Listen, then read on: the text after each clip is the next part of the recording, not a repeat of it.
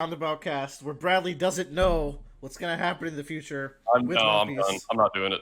No, no, no. We got is it 47 now? 47. Yeah. Second volume of Thriller Bark, which starts with another very weird cover story.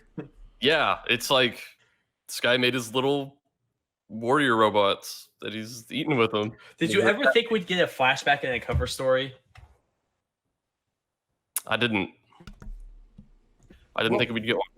Because this is a flashback, as I recall, right? Yeah. Yeah. I forgot about that. So can't really speculate on what's going on here.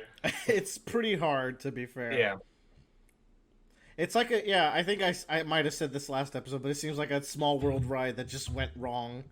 Mm-hmm. I think the next chapter is even crazier, but onto the chapter itself. Yeah, and we get to learn the name of this samurai that's been following them, who's reminiscent of Brook, Samurai Ryuma. Which, we get is it pronounced Wano or Wano? Wano. Or, you know what? I'm not sure. I don't know. Whatever you call it, we get a Wano name drop in this chapter because this man, the body, was a samurai warrior from Wano. And the only reason I know what that is because I know that's the most current arc of One Piece. Yeah, there's no avoiding that kind of knowledge. But, I mean... Yeah.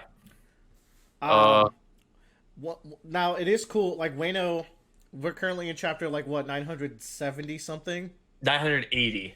And this is chapter 440... in the 450. 450s. So, in about 400 chapters, this information gets introduced into the core story, right? Yeah. So it's just the crazy amount of setting up that Oda does. Speaking of crazy amount of setup, I'm going to get meta here and bring up Ryuma. He's a character from a previous Oda one-shot. I don't think it was Wanted. But it was Wanted. Okay, it was Wanted. He's the main character from the one-shot Wanted, Ryuma the Samurai.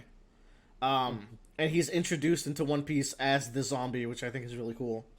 Yeah, it came up in a question corner this volume, and someone's like, "Oda, is that Mr. Man?" And he's like, "Yeah." That's cool. Okay, I'm glad it was brought up then. He also does the Brook trait of like, "Hey, may I look at your underwear?" I think my running theory at this point was just like him and Brook were either like friends or crewmates at one point, right? Because we didn't get the whole thing about shadows and personalities yet. It's probably what Oda intended at this point then. Yeah.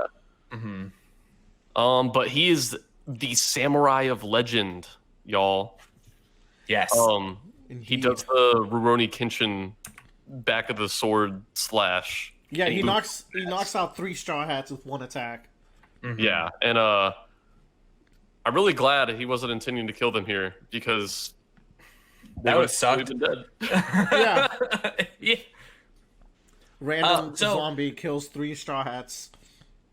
So, Bradley, what was your thought then? Because if they're not going to kill them, what are they going to do with the Straw Hats? Did you just think it was just kind of like whatever, or did you think there was an ulterior motive? I thought Hogback was gonna I thought he was intending to sew them together into one zombie, and Jesus.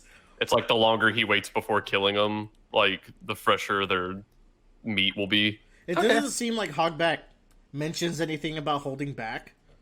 So I thought it was just plot convenience when I first read it, I think. Yeah. 50 years ago. Back in the old days. The rest of the Straw Hats make it to the mansion, and kind of like with all the other undead creatures, all the creatures are expecting them to be more terrified because people usually are, but the Straw Hats just body the fuck out of them. Yeah. Yeah. And then what else happens in this volume? Oh, the whole volume? I mean, they do the Thriller dance this chapter, I can tell you that much. Yeah. I wonder why it's called Thriller Bark. Everybody got zombie and Luffy night. makes a big old threat here. He's like, if anything happens to my crew, I'm gonna fucking destroy your fucking island. No, please. And Luffy has a somewhat characteristically serious face on in this panel, so I'm like, I think he means it. Yeah, do you think he will actually destroy Thriller Bark, Bradley, since you haven't finished the arc? Mhm. I mean, if one of his crewmates died here, which they won't, I think he would. Indeed. And Sanji has disappeared. Yeah, the zombies are very excited for their night hunt, and they do a fun little dance. Indeed. To do the Thriller. But yeah, I think I mean, that wasn't like a super like eventful chapter, I guess. Well, No. it's worth bringing up the General Zombies Awaken. Yeah, at the very Yeah. end. These are Yeah, good 'cause- designs. Yeah. They look cool. Oh, look, SBS is back. Last volume we had like layouts of the Sunny. Yeah, SBS is back, and y'all, Kaku's only 23. Yeah, I could see that. I wish I was that Yeah. long at 23. Same. So, in cover storyland, the moon explodes, and I'm sure this is something that a lot of other people in the One Piece world saw. And you know what? Maybe it was fucking documented in the library of O'Hara. Wait, no, it wasn't, because this is more recent, right? You know, I do want to bring up. It's hard to say if this is more recent. Because we actually don't know at what point in the past this flashback took place yet. This might be even older, potentially. Yeah. Because, who knows? I mean, if these little guys are robots, this could have been like hundreds of years ago, right? Well, Yeah. we know you can see the channel, right? Yes, I am aware, Joe. I'm going to cut Okay. this off the episode. I wanted to bring up. Was it in this video? No, it wasn't. While we're talking about the moon, some commenters yeah. left behind this tidbit that, to be honest, I still don't believe that the One Piece world might have multiple moons, and that the moon that Eneru went to is the closest. That feels not right. But I do want to bring up that because it blew my mind when I did think it was true. The reason why I don't think it works is simply because we would have seen other moons, I feel like, in other points in One Piece. Why they're saying this is because in the O'Hara flashback, there's a globe with multiple like planetoids or spheres rotating around them. I think there was 4 total, which makes it seem like there would be multiple moons, but like, how can we not see these multiple moons? So if anyone has more information on that, I'd love to see it. But like, it also, like, Eneru wanted that moon because it's the one celestial body that is the Godland. So why that moon and not one of the other moons if they do exist? He lives in the sky. If anyone should be able to see the other moons, it would be someone in the sky, you would think. But Yeah, you know what? I think the commenter who said that, if I can find it, That's it. Very bottom. Andre Bento. Andre Bento, thank you for that one. Yeah. And thank you all for your comments, actually. Please keep commenting. I'm glad that I Yeah. remembered to shout y'all out because I've been really bad at that. Anywho.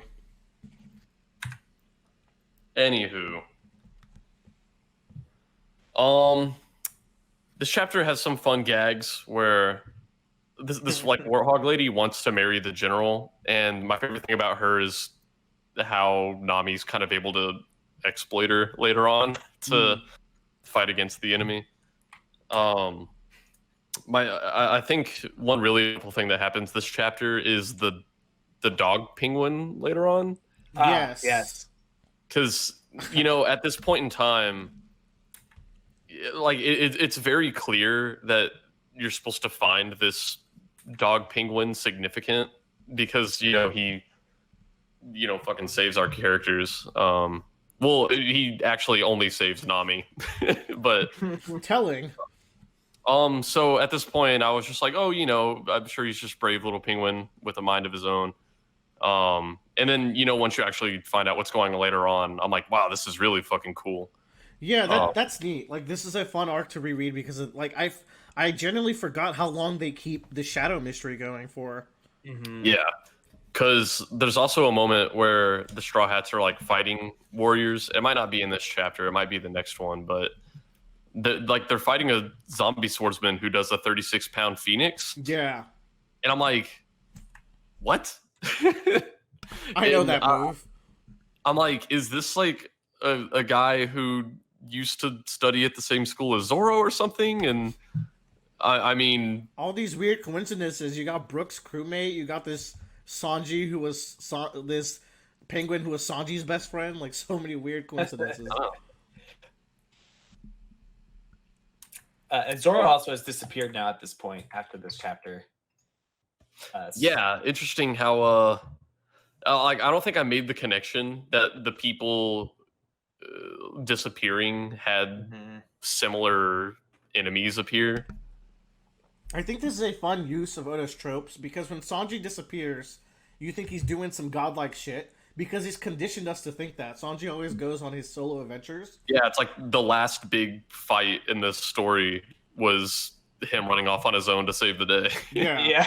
And then he's the first one to disappear here. I think that's a fun subvert. I definitely could have seen myself getting tricked by that. And then with Zoro, he gets lost. So he's like, oh, he's just wandered off somewhere. Yeah. I think with all the chaos, Oda hides these really well. Easy to overlook. When I was reading this, it confused the hell out of me because it's like, when did this happen? Like, but he does it very intentionally because it's supposed to be sudden, very like hidden, and just kind of put in the back of your mind. I think it's funny that Luffy just kind of put on armor. he just saw it. He's like, that looks fucking cool. I'm gonna put on some armor. When in Rome. Yeah. When in Rome. Also, the old man died from the cover story. Yeah, I mean, it feels bad to say, but I thought it was hilarious that he choked on his dumpling at first. And his little corpse is smiling. What a way to go. He's just vibing in that coffin. Most of this chapter is fighting with the zombie generals and swordsmen. So there's not a lot to say about it. But we also see some more creative zombies. Like there's just a fucking wall zombie, which is kind of scary. Yeah. Beat Neo to doing this because there's like wall enemies in Neo. They're like wall mimics. Yeah. And then this is the chapter where we see the 36-pound blade. Jesus. You couldn't have picked an uglier zombie for Zoro. I know. So like he does the attack, and then we get to kind of learn about the body where it's like he was like a master swordsman and he cut through a billion fucking pirates, and I'm like, you know, at this point I'm just like, I don't know, like he either learned the same kind of style as Zoro or something like that. Okay, but what did you think when he said like Zoro's iconic line, "A scar on the back is a swordsman's shame"? Like that is Oda's really playing with the reader here. Not gonna lie, I didn't actually remember Zoro ever saying that. So. He says it against Mihawk, like right before he gets it's like down. the Zoro iconic line. That was a long ass time ago. I don't remember. Yeah. Remembering is a good skill in One Piece, but it also is a very long series. Yeah. So I didn't catch that, but I was like, I don't know, who is this man who's so much like Zoro? It's Zoro. Yeah. Yeah. I like that zombies have water buckets just in case they catch on fire. Yeah, they're very prepared, huh? But we see Luffy get taken, and I'm like, oh, that's not good. Yeah. Then we meet Tarzan. Oh, I'm sorry, Taralan. Tarlan. He's a cool zombie. Yeah, I like this one. Big I like ass this spider monkey. Do we get his number? Because I imagine he'd be pretty late in there. Probably 420. I don't know. Yes. So, for chapter 453, the cover story, I guess because the moon explosion killed their father, these little warriors ride balloons up to the moon. When Willer and I were looking over this in Disney World, we're like, what the fuck is going on? Yeah, dude, they have to avenge their dad. They're gonna go kill the fucking moon. Well, at first I was like, maybe the dad was like, you guys need to check that out. But if he died on his dumpling, then he'd had no time to say that. Yeah. So they just fucking went. Dude, they're gonna go avenge him and take out the fucking moon. They rode balloons to the moon. Dude, they are fucking ride or die. Yeah. So yeah, in this next chapter, we go back to the dog penguin, And this is the part where it's made very clear that he doesn't really give a fuck about Usopp and Chopper. He's like, no. I was protecting the hot lady. He also, this is a Sanji line from Davy Backfight, as I recall. So The- yeah, the they're name- just spouting out lines here. But yeah, I think this might be the chapter where Nami influences the Warthog, which I had a lot of fun with. Yeah. This is another chapter where I don't have a ton to say because a lot of it's just fighting. So Absalom does a weird attack here. Yeah, I don't was know. kind of wondering what's going on here. Yeah, because you wouldn't have gotten like an answer for this. Yeah, it's just kind of like we don't even see a projectile. He just kind of. Yeah. So I don't know. They haven't revealed anything about Absalom's skill set, have they? I don't think so. Other than you can go invisible. That's Yeah. about it. Yeah, Interesting. I don't know. Maybe he has some invisible projectile. But yeah, not a lot to say. We fight Spider Monkey Boy, which is really cool. Yeah. Robin gets wings. Yeah, Robin Robin's makes- wing move is worth noting because this is a fun move to pull out at this late stage of the game. Yeah, because I don't know. It's just another cool, neat thing to do with the hands. Mhm. And I don't know, seeing her do this, and every time like Luffy makes a new move that we haven't seen before, it just gets me excited for the future because I'm like, man, it's probably a lot of moves that they can do that we haven't seen yet. Yeah, I also because I will- mean, Sanji and Zoro have been pulling out new moves all along, but this is the first time Robin's used her power to make like a structure, which is pretty cool. Mhm. Yeah. I really like though. It's also like she can do it, but it doesn't last for long. Like it takes a lot of effort to do, and it's just not functional. I mean, she doesn't Yeah, have bird bones, so yeah. Yeah. So it's kind of neat that she has the capability to make these things, but they're not like perfect, which I think is kind of cool. Room to grow. Yeah, like it makes sense why we haven't seen it at this point because it's probably only useful in very niche situations, and this is one of them. Mm-hmm. Yeah. And hey y'all, Brooke is back. Hey, Hey. God damn it! and he just yells bone. 'Cause that's what he Oh, does. cover art for 454, by the way. Oh, this is one of my favorites. This one's great. Which, Oh.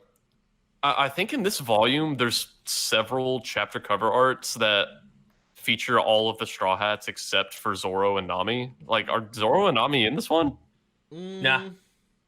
No, but neither is Robin, to be fair. No, she's Robin- No, up she's there. up there, Upright. yeah. Yeah. Uh, This happens. Like not everyone gets to be in a cover story from Yeah. time to time. yeah, I'll say there's more in this volume that don't have Zoro and Nami. So I was like, huh, I think that's fair. They're over. This one in color looks so good. this is badass. The one weakness of reading the volumes is the black and white color Sad, pages. Mhm. sad. Did you find it, Willer? Find what? Oh, sorry. No, someone else messaged me. Cool. So one of the most interesting things in this chapter to me is they say like, hey, they've captured Luffy the Straw Hat and they're going to reveal number 900 because we've seen numbers on the zombie on all the zombies, but like I think this is the first that someone's actually commented on it, and I think you just kind of instantly know like, oh my god, fucking number 900, it's got to be a big deal. Man, that is some classic Oda shit because, like, I think the first zombies had numbers, and it would have taken a volume. So, about like 2 months before like the fan base got to theorize about those numbers, and then you get the hard reveal here, and you're like, ah, we knew it. Oda Yeah. loves doing that kind of stuff for And like weekly just readers. the fact that he says, you know, like the fact that he goes with, we captured Luffy the Straw Hat and they will reveal number 900. Like, you technically could interpret these as two different pieces of news. Like, hey, we captured Luffy the Straw Hat. By the way, we're also going to reveal number 900, but I think you also are just able to kind of know, like, oh, fuck, like, Yeah, I think the eagle-eyed like reader would be able to piece it together now. yeah, For it's like sure. Luffy is going to be number 900. So that's cool. And then I just love how we've been building up this whole thing where Perona or whatever, she won't let her henchman talk at all, hiding inside of him. And he's like, "I should really let me tell you this," and she's like, "Shut up." You talk. So that's a lot of fun. And then later on, whenever they find out the Straw Hats were hiding in there, she's like, "Why didn't you fucking tell me?" And then he tries to explain himself, and she's like, "Stop fucking talking." She's a Dom queen. Yeah. I also love that Brooks' little cake crater that he makes has his afro on it. I love how his skeleton body that can run on water made a deep crater. Hell yeah. Fuck you, Oda. Oda But we get the fucking nunchucks here. This is one of my favorite Frankie moves. Yeah, Frankie makes some big ass fucking nunchucks. That's cool. It's a fun one. We get more Robin bondage, which everyone wanted. And then, I think at this point we've seen how agile Brooke has been, but I don't think we knew what his offensive skill set was. And this is, I think, where we finally see him he's a swordsman. Yeah. And he says 3-pace hum, and I think before now we've heard one or two zombies talk about the humming swordsman. Yeah. So when I saw the word hum, I was like, "Oh fuck." Also, this is the second time that he's been singing this song, which is pretty cool. Yeah, he was singing it when they first met the Straw Hats too. Something about Bink's brew. Yeah. This is also, Riley, the move that Ryuma did against the Straw Hats, but a more lethal version of it. Oh, slash. The Notch slash. Yeah. Named after Notch of Minecraft fame. Yeah. So this is a pretty standard chapter title, Gecko Moria of the Seven Warlords of the Sea. Oh so boy. I was like, yeah, we'll get to I was like, I'm sure we'll get to actually see our boy. I can't wait for this indie video game to come out where you play as these small little men against these space pirates. Hell yeah. Make a little RTS out of it, I don't know. Yeah. But you're definitely right. They're here for revenge because these guys killed their master hundreds of thousands of miles away. We get more Brooke jokes, which just never get old to me. Well, we also reveal what the zombie weakness is. Yeah. We learned that not only can you... So, we see his soul come out, and I'm like, wait, that looks a lot like a shadow. And it's like, oh, fuck. They're the shadows are what make them into the zombies. So this was officially the point. I could see some people still missing it here, just in case. But yeah, this is the point where I was like, oh, so this is what happens to the shadows. And I don't think we officially get his full flashback this arc yet. No, we just get how he got turned into, or how he lost his shadow. Yeah. We learn about the shadows, and we learn about Salt, and I kind of like the Salt weakness. That's cool because it's like Salt is reminiscent of the ocean. Yeah. Yeah. It's also a holy thing. Salt it's always been used in holy rituals and whatever, so it lines up there. We also get the Gecko Moria face reveal. What a looker. He's like a male Ursula. I guess. Yeah. He reminds me of Ursula. I personally really like Gecko Moria's design because it's so fucking out there. It's fire. It's why I really like it. Fire design. This is what you come to One Piece for. Yeah. This is also the reason why. I'm sure it's what some people come to One Piece for. Certainly not what I come to One Piece for. If you're coming to One Piece for normal-looking characters, I think you're reading the wrong manga. Because this shows Oda's creativity so much more than a boring Nami design, where he's super bottom-heavy. He's got this cool, count look with the fluffy, cravat. He's got these weird horns. What the fuck is that all about? Half of his face is bisected. He's got weird flame hair. I think he's super creative. I mean, he's creative. I'll give you that. I mean, he's ugly, but I think Oh he's yeah, great, he too. is. Yeah, I Like- think that's great because Oda doesn't want all his characters to be boring. I think this is what I love about Oda's art style. He just makes some fucking weirdos. Oda's got balls. I'll give you that. Yeah. Yeah. This is Hogback's awesome. another example because very weird.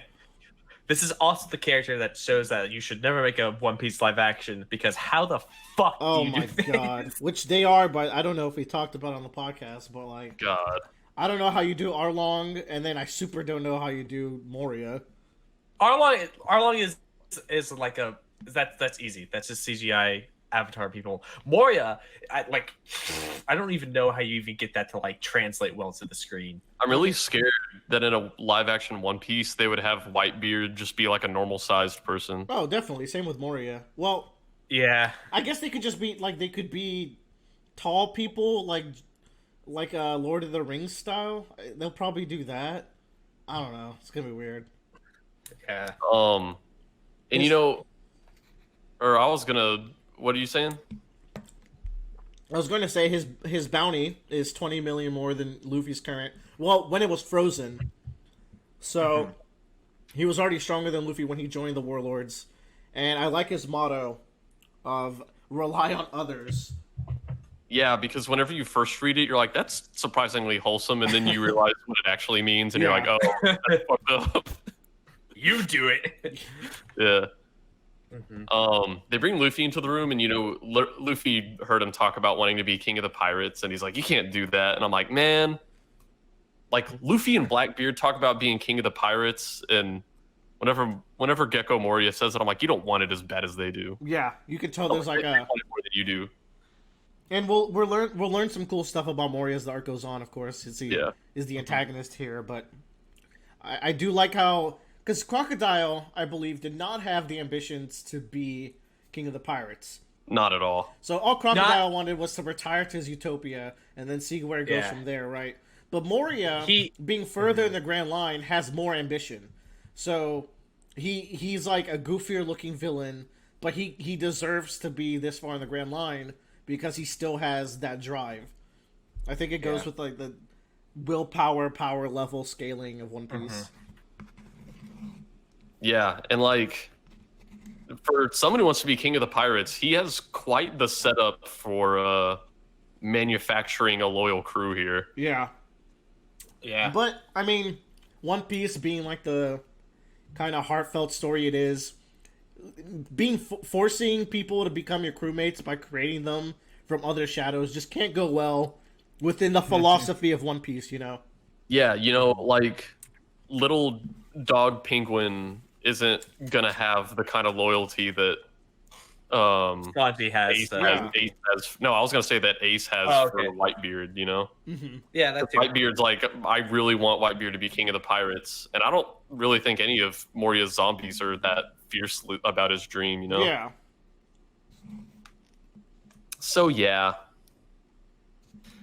I think it's abundantly clear at this point that they're going to use Luffy's shadow because, like, we saw Luffy get taken, and then we get the explanation about the shadows going into the zombies, and then, like, I'm like, oh fuck, okay, well, how's Luffy going to get out of this?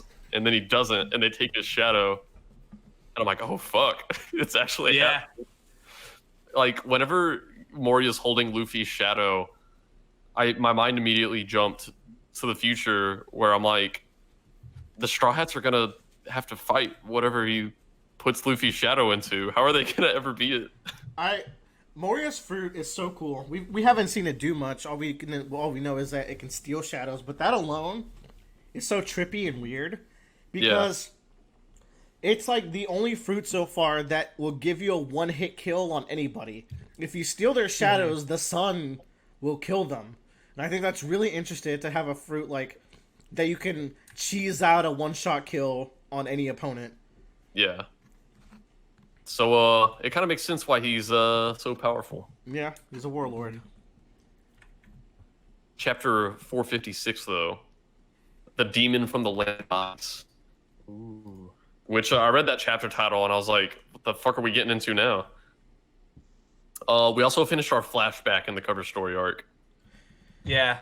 Is this What was this guy's name? Spacey? Yeah, space. I believe they're the Spaceys or something. The Spaceys. I don't know. They're cute. Yeah. We love it. Mm-hmm. So we go back to Brooke being hilarious, As he does. where it's like, I don't know. He's just like, well, I mean, if your shadow gets taken, you'll instantly die, like me. Oh wait, I am dead. Never gets old for me. But yeah, we get more of the mechanics of the shadows explained. So we ended the last chapter on quite a dire situation, but we know there is hope. Yeah, because we've introduced the weakness, so now we have like the Chekhov's gun to how they could possibly beat Luffy's shadow if it comes to life. Like, it's a really nice way for Moria to not be too OP, where it's like. Right. He technically has to leave them alive. It's just going to be really goddamn hard for them to get their shadow back. Mm-hmm. I feel like this top left panel could be used as a reaction GIF or a reaction image. Salt. Salt. Salt. Whenever you see someone being salty, you can just hit him with one of these. Ooh, that would be a really good reaction. Because he looks almost disgusted. He's like, "Oh my god, salt." And we get cucked a little bit. Where yeah. Frankie's like, I need to ask you one more question, and we don't immediately see what Brooke's answer to the question is, or we don't even see what the question is. But the next time we see Frankie and Brooke, Frankie's like, he's a fucking man and I respect him, and I was like, God damn, what did he say to you? I think that's a super fun way to do that, like build up the anticipation for the flashback. It really is. Like, it just lets you know that when you do see the flashback, it's going to be some real shit. Yeah. Yeah. Good technique. So we mentioned a name Kaido on one of these pages. Whoa. Where... Cool. Oh. Morgan's been building up his army of the undead for a long time, and he's like, with this many underlings, I wouldn't have lost to that idiot Kaido in the New World. And I know I've heard this name before, but I can't remember what the context was. Okay. Real quickly, I want to point out what the theme of Thriller Bark really is in its grief. Because maybe not yet. I don't know. Not yet.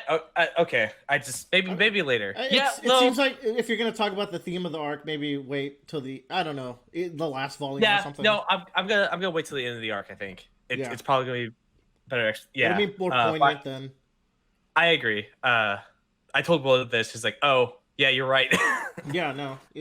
Joe's got some good stuff lined up for us, but yeah, this name Kaido, I think you've only heard it through us. I don't think it's been mentioned in the story thus far. Okay.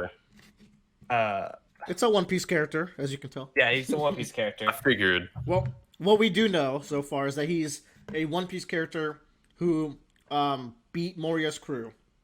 Okay. Mm-hmm.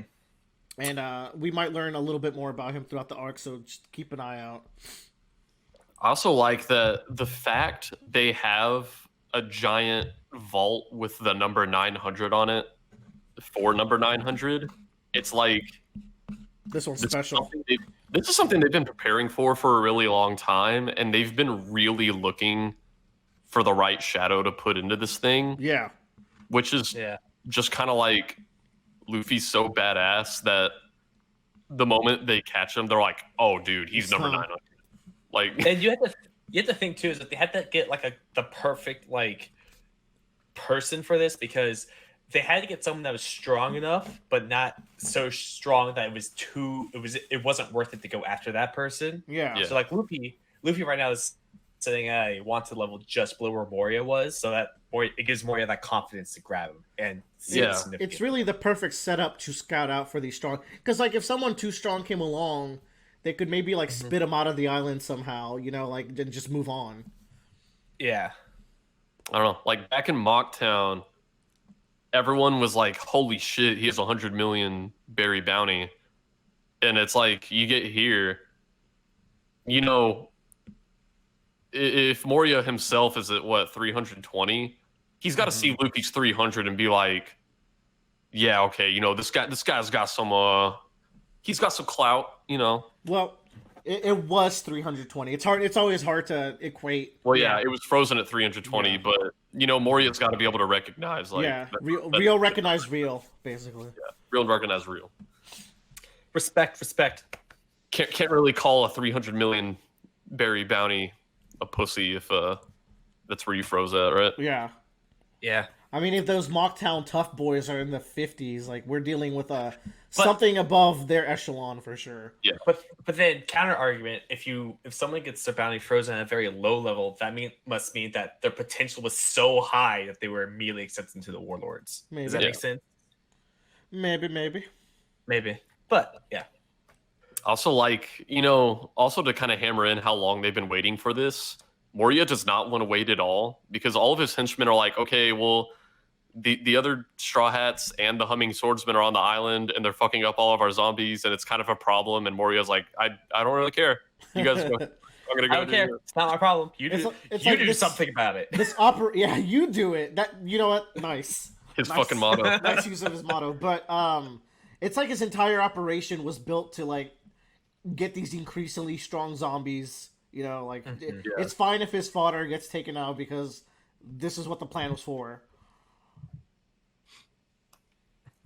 In any case, the Straw Hats find out about the plan to use Luffy's shadow, and it's like, okay, we got to get this info to the rest of the Straw Hats. And man, we cut back to Frankie having heard whatever Brooke had told him, and he's sobbing. Don't look at me. Frankie's a very emotional person, but even Robin smiles, and she's like, yeah, I agree. You don't run into guys like him every day. So I'm like, man, Brooks the chat. He must really be something special. Y'all, I'm so glad that Robin smiles now. Dude, same. Man, what a sentence, right? Yeah. And so then we turn the page and we finally get the confirmation that the Samurai Ryuma is in fact Brooks' shadow counterpart. Yeah. And man, this is going to be such a cool fight. So, with the shadows, have they mentioned how the power level of the zombie body plus shadow, like what the correlation is? I think they mentioned like, I think I don't remember exactly what they said. I think the vibe was that most of the raw power is going to come from the body itself, but yeah, I think that's what I remember as well. Like obviously a powerful body is going to be kind of useless if you don't have like a warrior spirit in there, And Ryuma, like, his dialogue here is very not Brook, it's very Ryuma. So it's like some part of them remains in there somewhere. Yeah. I think it gets explained more in the next volume. Okay, then we'll leave it at that. Dude, and they really fucking hype up the body reveal. Dude, it looks so cool. He looks so badass. Oars. What a fucking beast. Oars is a beast indeed. Fucking Chungo. Chungo Gojin. The chapter 457 cover art was another one that didn't have Nami and Zoro, and I was like, what the fuck? I miss my buddies. That's true. No Frankie either. No Frankie. He probably got eaten by the lizard. True. Or he is the lizard. He is the lizard. He's been a lizard person all along. Spicy. This chapter is called Heat, and I'm like, oh man, I feel like I know what's gonna happen when they put Luffy in there, because like we see all the other guys. At this point we finally saw that Brooks' shadow counterpart still has his personality. I don't think I realized who Sanji and Zoro's counterparts were quite yet. I just don't know thinking about it. But, because of Brooke, it was clear that whoever you put the shadow into is going to inherit their personality traits. So you see meat in all caps with exclamation marks, and I was like, I know where this is going. I know where this is going.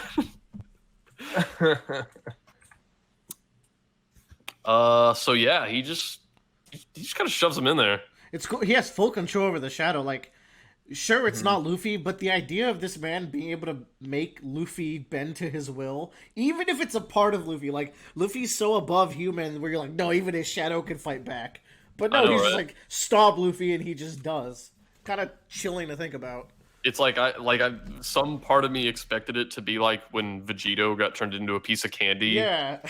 But I was like, oh, dude, Luffy's shadow could probably take these guys. This And it's man, like, oh no. this man just controlled a part of the fucking Pirate King. Like that's. Oh yeah. Moria's gonna go down in history. Y'all, I fucking loved that Kokoro would just actually refer to Luffy as the Pirate King. Oh yeah, everyone That's knows. so cool. But yeah, he just kind of shoves him in there, and dude, Oars is fucking intimidating as hell. Like he huge. barely moves, and these giant chains just shatter. Yeah. And then of course he starts screaming for meat. He's fucking hungry, and I'm like, yep, that's our boy. There he is. That's our fucking boy. Chopper's realizing the truth about Hogback at this point. And then we see him yell for Sanji, and I'm like, man, they're I think just hearing him say Sanji gave me the idea that Luffy's spirit might be stronger than any other shadows they've encountered to this point. It's true. That could very much be the case, right? Because like despite how little we know about how these shadow warriors work, I just get the vibe that they probably usually don't call out for people that their original self knew. Yeah, like even like the Yeah. Sanji one doesn't call out for Nami. He's still a pervert, but he's not like Nami Schwan. Yeah, like he doesn't. I don't get the idea that he recognizes them. He's just like, oh, I'm not gonna hit a woman, you know. Yeah. Yeah. So Luffy's got the It has fucking our spirit of the Pirate motivation. King. Yeah. In any case, the cowardly trio gets found out, and dude, Usopp wipes out. He whips out the fucking Viper Star, and I was like, oh, they're fucked now. Moria who? He's got the fucking Viper Star, but But it does nothing. fortunately, it doesn't work out super well. Moria Right? Yeah. who? I do like that Frankie does. I just love Frankie's poses, y'all. Yeah. He comes and Yeah. saves them, and he has to pose about it. And So Bradley. I love how Robin's feeding the Yeah. salt in a very efficient manner. Yeah. Yeah. Bradley, what's wrong with this page spread? Which page spread? This one that Willard has up right now, 18 through 19. Is there something wrong? There is. Someone has changed. Someone spot the difference. What's Robin saying in the bottom left? Oh, she's not calling them big nose and doctor. Whoa, Joe! Joe's been holding this back for so long. Joe's been waiting for like 400 chapters to say that. Joe, this is why you get the big bucks. Joe, thank you Yeah. so much for that. That's so good. Mhm. She actually calls them by their names now. Yeah. She says Daijobu. Y'all, I'm very happy about that. Yeah, Oh. it's a significant. I think like and it's the end of the chapter too, so it's definitely supposed to like give you this idea of like coming to the rescue and everything. Yeah, that's but really yeah. nice. Oda, why are you always S tier? Even in the joke Yeah. like That's pages. Mm-hmm. That's great. I love it. Yeah. Oh, there's the Ryuma and did it. Garp thing, which is neat. Yeah. Yeah. OG Garp. Mm-hmm. Chapter And the- 458 though. I Anything like but Frank my Jolly ass. Roger. Did this make you think of Afro Luffy, or did you immediately think it's about Brook? I figured it was about Brooke. But whenever I read it, it kind of made me hope that at some point Afro Luffy comes back and he and Brooke can be soul brothers. Well, all we know is that Brook is a soul brother. Yeah, dude, he's a fucking soul That's the only brother. conclusion we can come to. But yeah, Frank and Robin saved the day, and now they're just kind of purifying willy nilly. Yeah. And Yeah. dude, like Moria has a very strong control over most of his zombie subordinates, Mm-hmm. but the little I've gotten to see of number 900 gives me the vibe that Luffy doesn't really give a fuck. He does seem to be struggling a little bit. Mm-hmm. So he could control the shadow, but like not as much as I was saying. Yeah, I mean, he's still smiling throughout all this. He doesn't seem nearly terrified as literally everybody else is. But maybe he'll learn fear. Yeah. And we see the personality of Luffy come through. He Mhm. gum pistols the fucking castle apart, and he says, "I'm gonna become the Pirate King." Because if the core personality trait of each person's shadow comes through, the core of Luffy is that he's gonna be king of the pirates. I think it's more than personality trait. I think it's more of like their inner motivations as a Yeah, something character. like that. But then the zombie would be spouting about all blue instead of saving girls. Yeah, that's Right. true. I think Bradley's right. So yeah, fuck you, Moria. Number 900 is gonna be king of the pirates. I mean, What if the you did say it though. Moria doesn't seem phased, so he might know like how to handle Something. situations like this. Y'all, what if the rest of One Piece was Luffy in the number 900 body? I'm not saying. Like, I don't know. This is just like an upgrade to Luffy.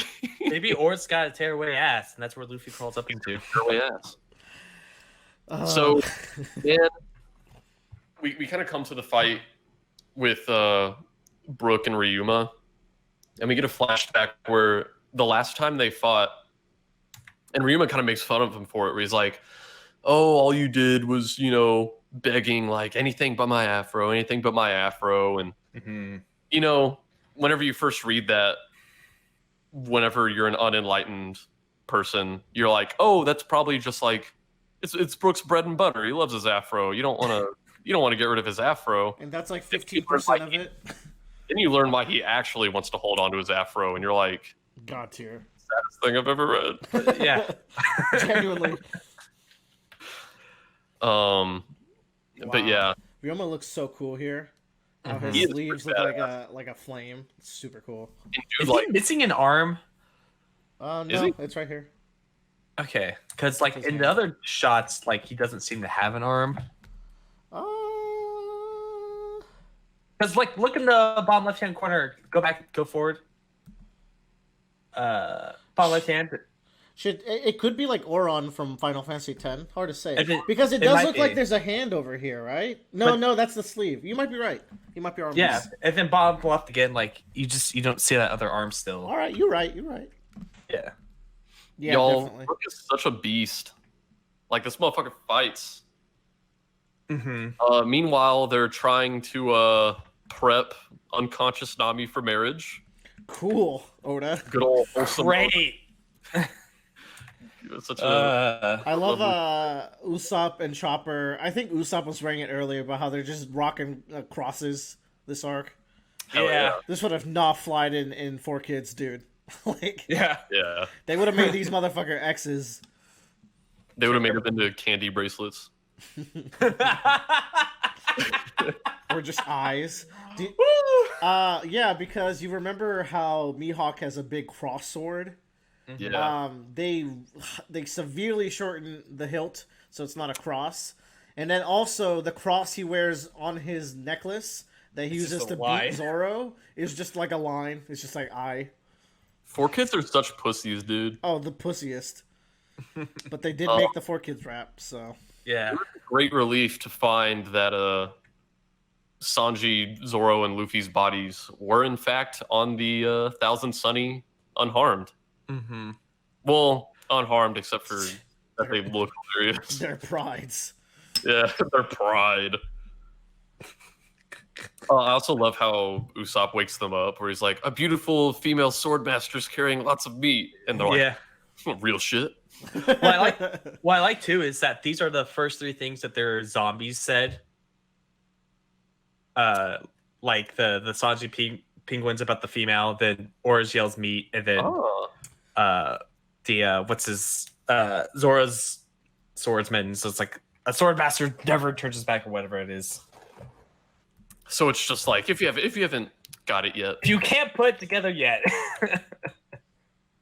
And the next chapter was called "I Can't Just Die Hoping to Be Forgiven," and this is where I'm like, oh, this is where we get into the tear jerking stuff that you come to One Piece for. Also, Yeah. Enero's taking that sweet revenge on these villains that I guess should die. I don't know much about them, but they hurt the Spaceys. Because I think the reason he got really mad is he saw them make an explosion, and he's Yeah. like, "How dare you do that to my Vars?" Yeah, exactly. So I don't know. Moon God going ham. Moon God. Yuki ass. But yeah, we're about to get the best flashback. Yeah, Maybe not the best flashback, No. but we are. I don't think the flashback happens now. It happens much later. no, I mean it happens right now. Does it? Yeah, because they're all talking about Brooke, and they're like, well, you know, they're like, oh, you know, he's funny, he's silly, skinny skeleton, and he's like, once you get to talk to him, you find that he's got a real backbone. Yo. But he's a real man. And when Frankie said that with that serious look on his face, I was like, here we fucking go. So yeah, we find out what actually happened. And, you know, Brooke's main motivation is that he left a friend behind 50 years ago. He and his crew sailed the seas. They had to leave their friend behind. It was a really heartfelt goodbye, and it really broke their hearts, but they couldn't bring their friend along.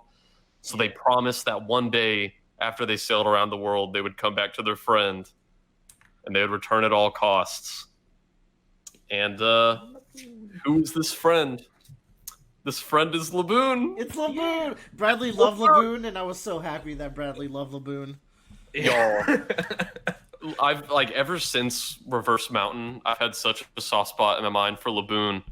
But I don't know. I always had the idea in my head. I was like, oh, I'm sure in about 1,000 chapters after Luffy's King of the Pirates, we'll get our epilogue arc where he sails around the world saying hi to all of his friends. And I was like, that's where we'll see Laboon again.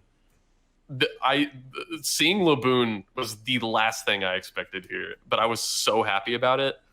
And I already loved Brooke. Like every page with Brooke on it had made me like him more.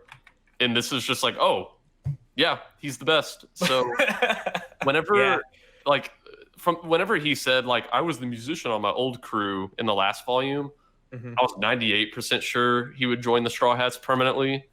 And then after I saw this, I was like 115% sure. I was like, yeah, he's one of us. You can't have a dead man in the crew, Bradley. That's ridiculous. Oh yeah, you right. Yeah, man. Like Brooke is just the best. Pretty short flashback from what I see here. Yeah. And it's funny, you know, the one he tells the story to are I like the ones who would not have met Laboon yet. Yeah, it would be them and Chopper. So it was good that Oda set it up that way, right? They wouldn't have immediately known. Yeah, so like the story was already really touching to Frankie, who didn't have this context. Yeah. And then when he tells it to all the Straw Hats, they're like, is it him? Is it him? It's him. It's him. Are you serious? Him? Oh. They're like, we know that fucking well. I like that Luffy also remembers Laboon. Like it's just What do you? Shows Of like- course, okay, no. Well- Of course, fucking Luffy remembers Laboon. He made a promise to him. That's Yeah, insulting, Joe. I just like the panel of like Luffy's face with Laboon on the Yeah, side. I mean, it's a shock No. to even Luffy. Like, what a small world. Y'all, those scars make me so sad. Well, they got a big flag on them now. Yeah. You're right. So now I'm like, Brooke has to win this fucking fight. And, you know, he's been training for 5 years, but it's still a tough battle. Yeah. Because, like, you know, I'm imagining by default, if your shadow's put into someone, they probably have at least the same level of skill that you do. But then also, this is the body of, like, a samurai legend. So not only is he probably really strong, I like to imagine that there's probably some, like, sword fighting muscle memory built in, too. So, what do you think Wano's all about? Just with the little that you know, you only have two before I pieces. started reading One Piece, I think I heard you talk about it, where Possibly. I think it's like some kabuki Japanese play type stuff going on while they're there. Possibly. And he's wearing like very traditional looking stuff. So Yeah. I don't know. That's about all I have to go on. Okay. I mean, yeah. That was a bad question. I forgot that. You might have some extra information for me. I don't know. That's all I can really say. Wano's traditional Japanese land. I don't know. Samurai exists there. We know that. Samurai exists there. But yeah, they like everyone's on the same fucking page here. Like Brooks and the crew, Luffy's like, yeah, we're getting a fucking musician. And this is another moment where I always love when Zoro smiles because he's like, well, I mean, we're heading back in. There's another shadow to retrieve now, right? Yeah. I'm like, you're goddamn right. That's so nice. Like that's Zoro's so inclusive. Like remember when Usopp was joining and he's like, "What are you doing? Get on." Yeah, he's like, get on the fucking boat. and now he's like, well, he's one of us. We got an extra shadow to get. Yeah. Zoro's such a sweetheart. I also like that Usopp does a complete 180 on Brook as well. Where he was like super scared of him. Now he really wants to get him to see Laboon again. Oh yeah. Usopp's a fucker. So Yeah. man, like, I'm just waiting for Luffy and Giant Luffy to have to gum bazooka each other. I mean, Luffy has Gear 3 now, but I don't know if he can get that fucking big. Yeah. But that's the volume. That's the volume. Everybody yeah, buys that's full color Saiyan arc. Ooh. Yeah, that's not a bad. That's better than Toriko. Toriko. So- Everybody buy Toriko. No. Everybody buy Bleach. Oh, come on, man. You're Nah. just Bleach is in there. you're What else? you're peddling bad goods. There's an ad for Bakuman. Yeah, that's all right. Slam I like Dunk, Rurouni Kenshin. Check out our all anime tier list to see where all these rank. Everything you've mentioned is B or lower. So, We got some takes on all those series. yeah, we got some hits in. Join us next time for volume 48. Yeah. Yes. Bradley, look how far you are, man. Hell yeah. We're like, I think the most recent volume to come out in Japan was what, Joe? Like 95, 94? 92? Let me see. I can see it right here. Which means you are over halfway through the volumes. Granted, more will come out every few months, but Yeah. We're on 93 right now. in big volume. chunks. Yeah. Yeah. You I just saw never. the colored version of Luffy and Frankie boxing. Yeah, sick shit. Such a Looks good awesome. one. Cool. Yep. We out. Yeah.